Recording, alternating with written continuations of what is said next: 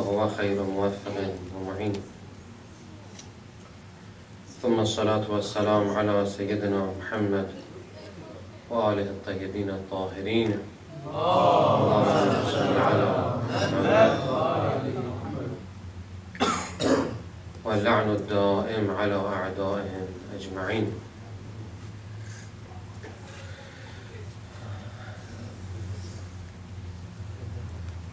Some of the brothers evidently aren't satisfied with the topic of the speeches and what I've been talking about.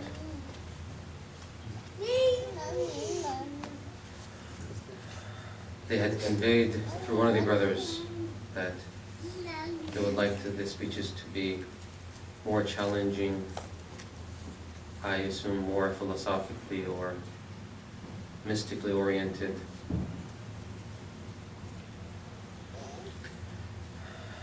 Unfortunately, I don't really agree with that viewpoint too much. I think our mission as Muballighun is to try to educate our communities around the world about Islam, about what our duties are.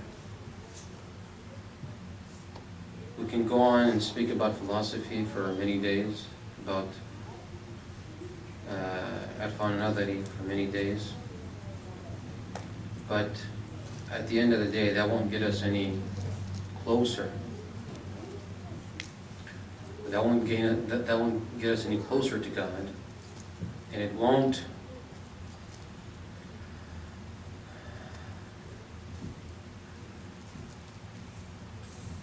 help us achieve knowledge of Islam that will be beneficial for us.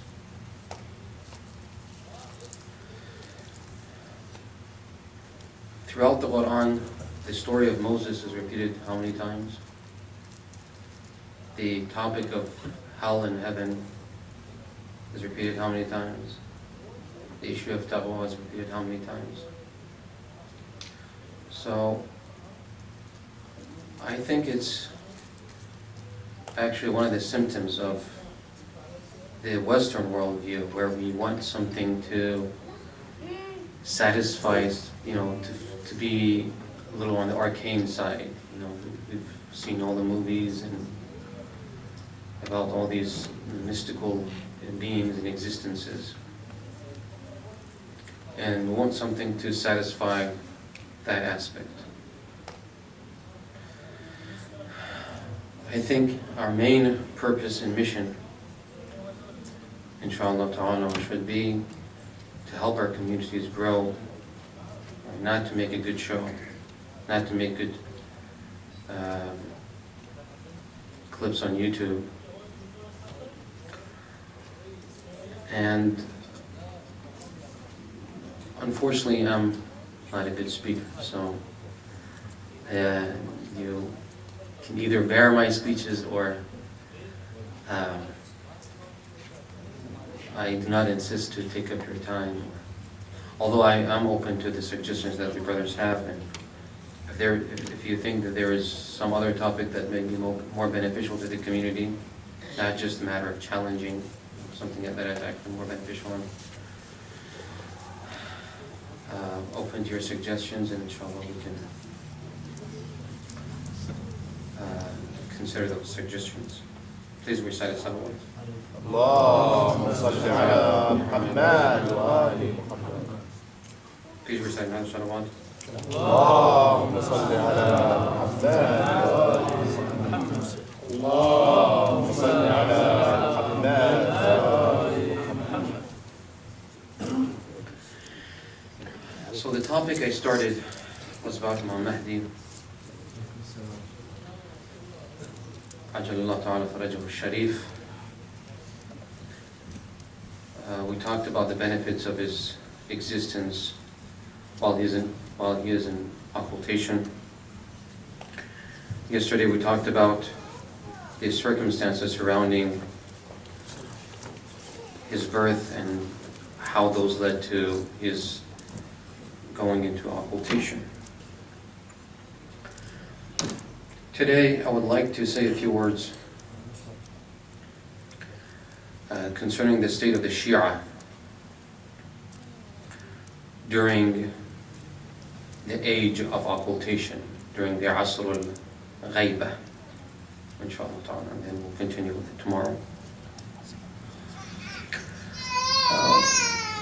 One of the main concepts that is repeated in our riwayat concerning Shia and their state during the age of occultation, the Asr al-Ghayba, is that they genuinely feel the absence of their master,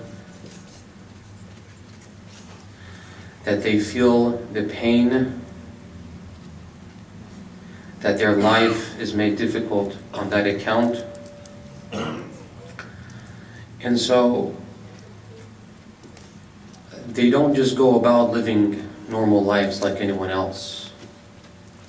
Okay, this feeling of pain, this feeling of the absence of the master, the absence of the Lord, the absence of the Khalifatullah, figures prominently in their lives.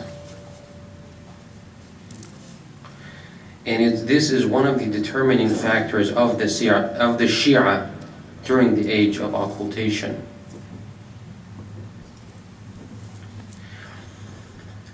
If this is not present in us, we must doubt our being Shia. This is one of the determining factors of the Shia during the age of occultation. There are numerous riwayat that point to this issue, but one, I think very telling one, is this one that I've chosen to read to you. عن يمان تمار كنا عند أبي عبد الله جلوسا. We were sitting with Imam Sadiq عليه السلام. فقال إن لصاحب هذا الغيبة الأمر غيبة. The person who is going to establish the rule of the Ahlul Bayt, he is going to have an occultation. المتمسك فيها بدينه كالخارق للقتاد. The person, the Shia, who maintains his faith during this age is like one who gets a bush of qatad. Qatad are desert shrubs that are full of thorns, full of very tough thorns, very long and tough thorns. A person who maintains his faith during the age of occultation is like one who takes a branch of this bush of qatad and rubs it against the direction of the thorns, so that all the thorns go into his hand. Okay, imagine you have a branch of this qatad and you're rubbing it this way, so that all the thorns go into your hand. How painful can that be? It's very painful. It will probably tear your hand apart. Okay. المتمسك فيها بدينه كالخارق للقتاد ثم قال هكذا بيده. And he did the same thing. فأيكم يمسك شوك القتاد بيده. Which one of you has actually tried to pierce his hand, tried to hold the thorns of qatad in his hand? This is the feeling that should be with us. If we claim to be Shia, if we assume to be Shia, this is how we should feel. If we get up in the morning, we go to work, we do everything as if we were just like any other American, okay, without feeling any different, without feeling that we need to do anything special. we do not, if we do not harbor this pain, if we do not harbor this feeling of the absence of the Master, of the Lord, we are not actually true Shi'as according to this riwayah. And it is for this reason, again, that we have many riwayat that say that one of the signs of the appearance of Imam Mahdi is that most of the people who believe in Imam Mahdi lose their faith in Imam Mahdi before his reappearance. Okay. Now this doesn't necessarily mean to actually renounce Imam Mahdi. Okay? Doesn't mean actually renouncing Imam Mahdi. Okay? But just the fact that you do not incorporate that pain into your life and act according to that pain, act according to that knowledge, act according to that belief, the failure to act according to that belief, you're actually losing. We've actually lost faith in Imam Mahdi.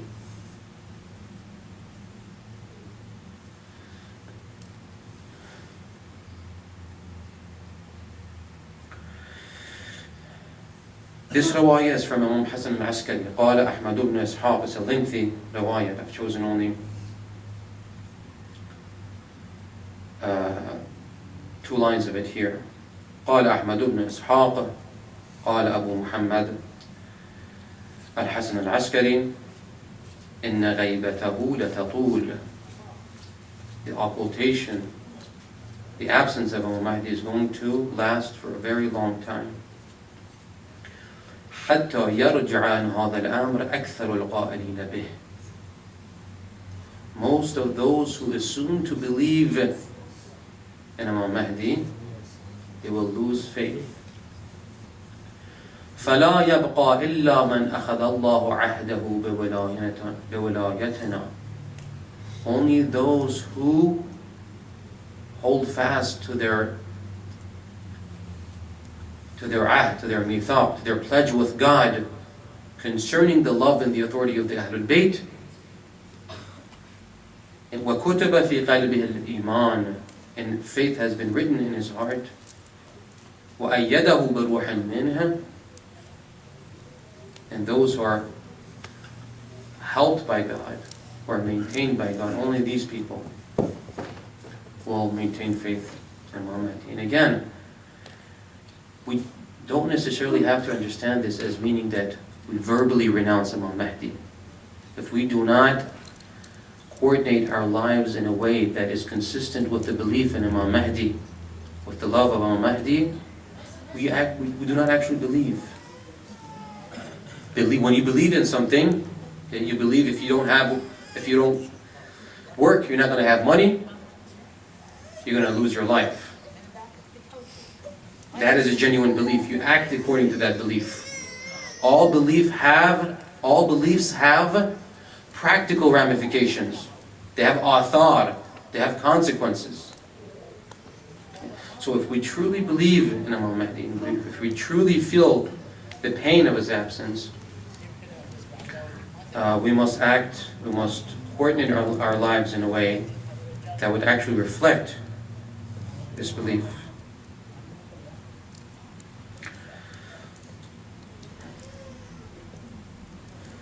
And in the riwayat of the Ahlul Bayt, those who actually succeed in implementing this belief,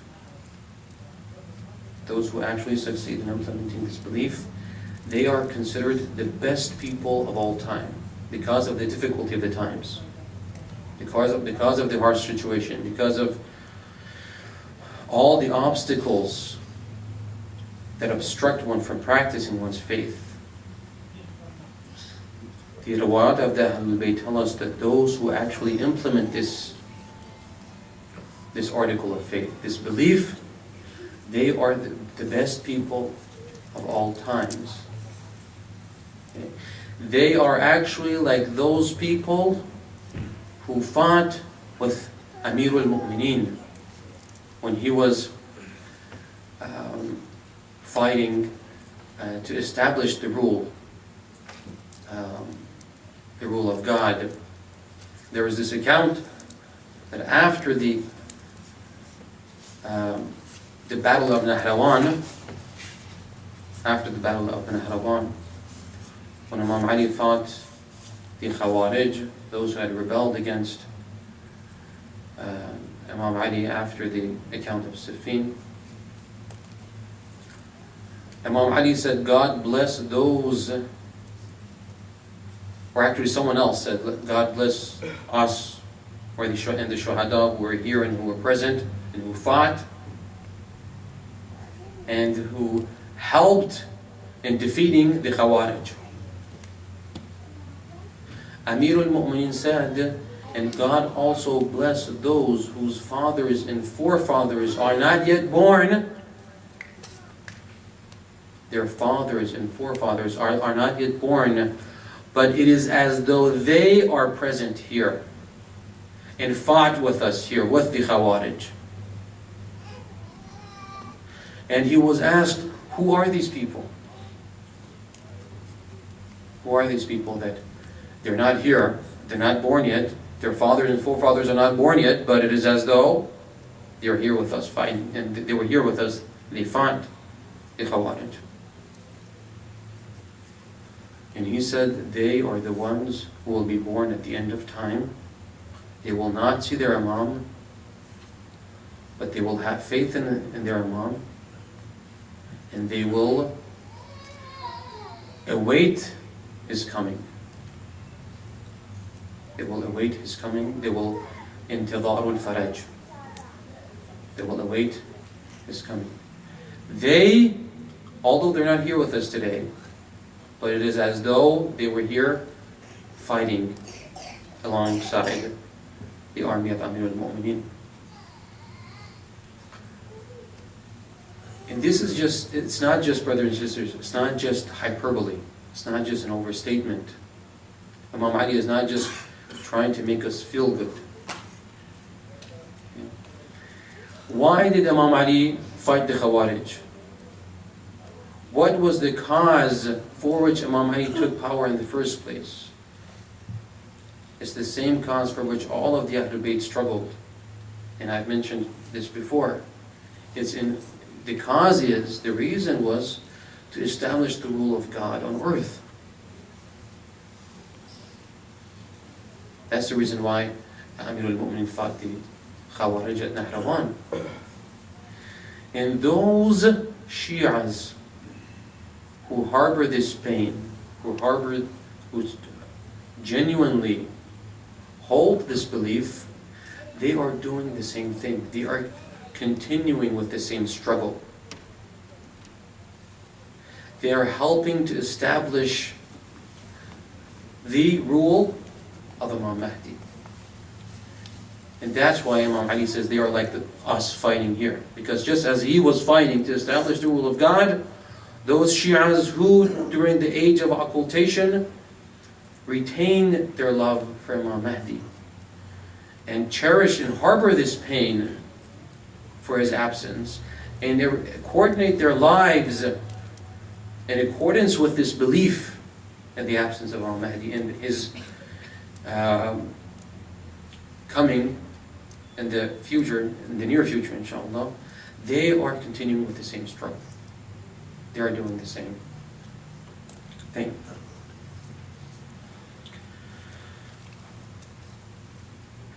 In order to give us more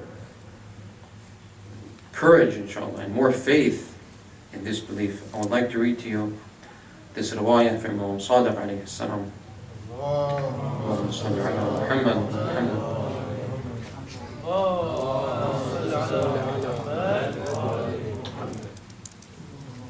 قال أبو عبد الله عليه السلام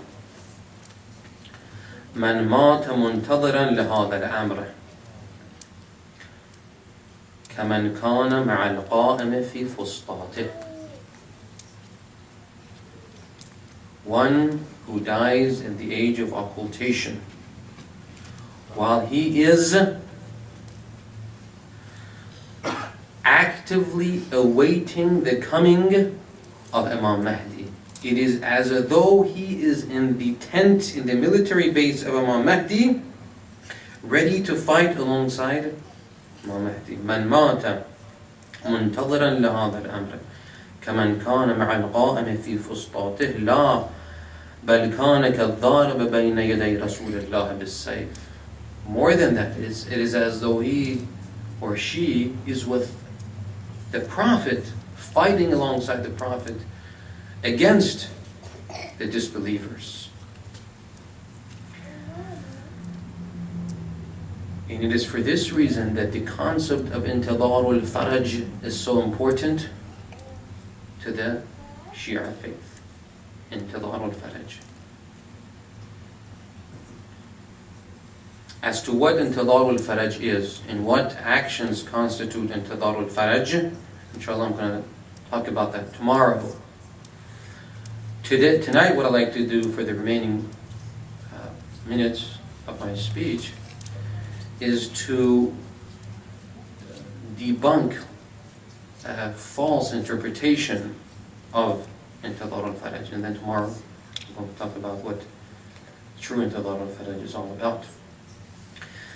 There are those in the Shia community, and they're not few, unfortunately, who assume and believe that Intidharul Faraj is either standing by and waiting for corruption to spread all over earth,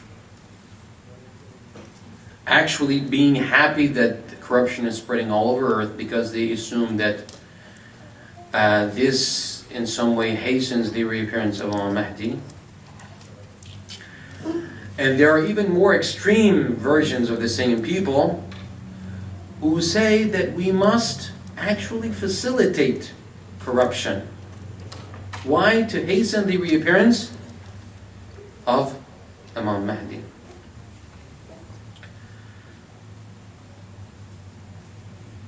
Their reason, when we ask them what their reason is, the reason they say because we have in our riwayat that Imam Mahdi is going to reappear بعد ما ملئت ظلما وجورا.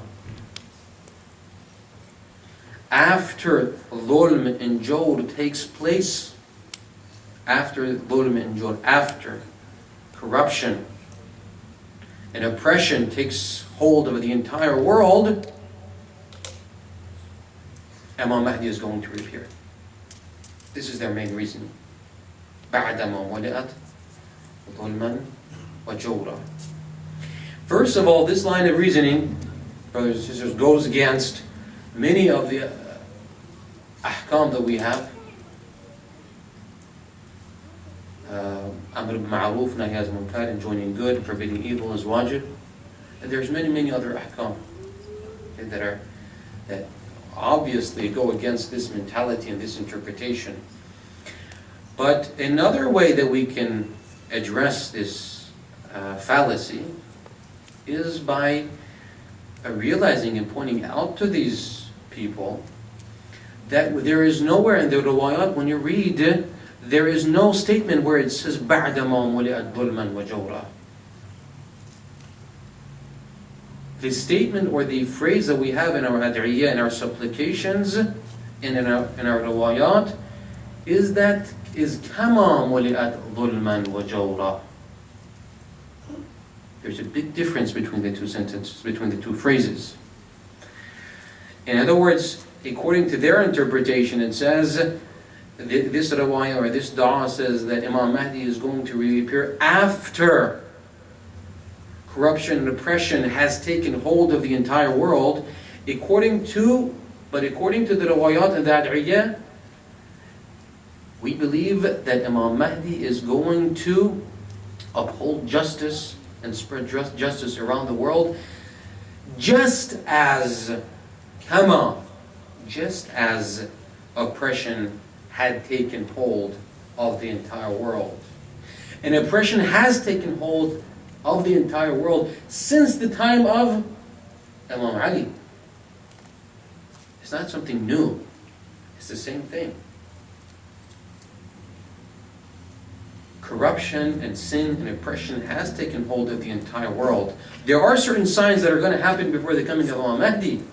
But the fact is that oppression and corruption has been around since the time of Imam Mahdi, has been in control of the world since the time of Imam Mahdi.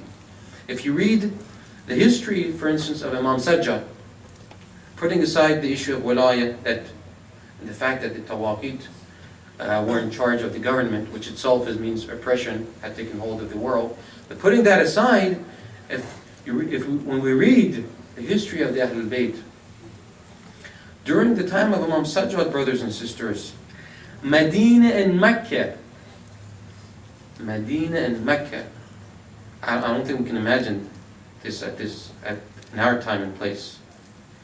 Medina and Mecca were rampant with corruption.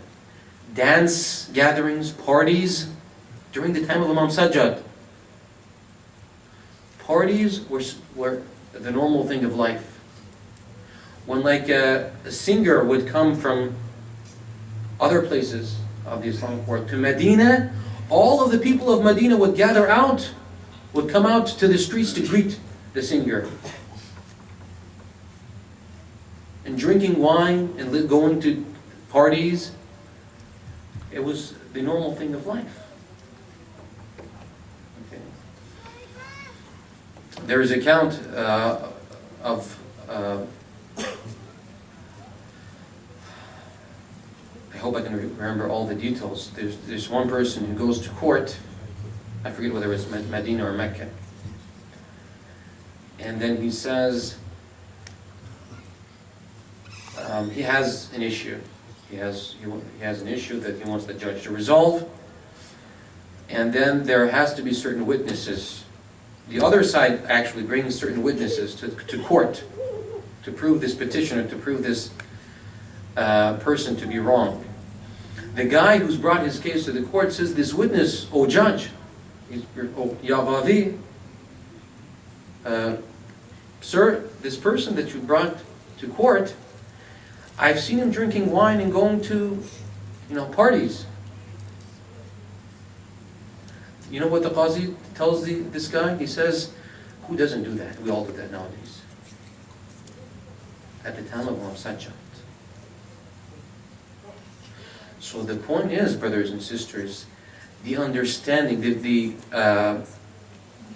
general conception that somehow corruption is going to increase in a certain way at the end of time before the coming of Imam Mahdi, and then this spread an increase in corruption is the cause for Imam Mahdi's coming.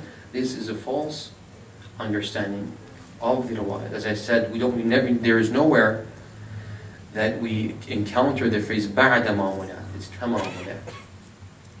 Okay, and it has been like this for the past over 1,000 years.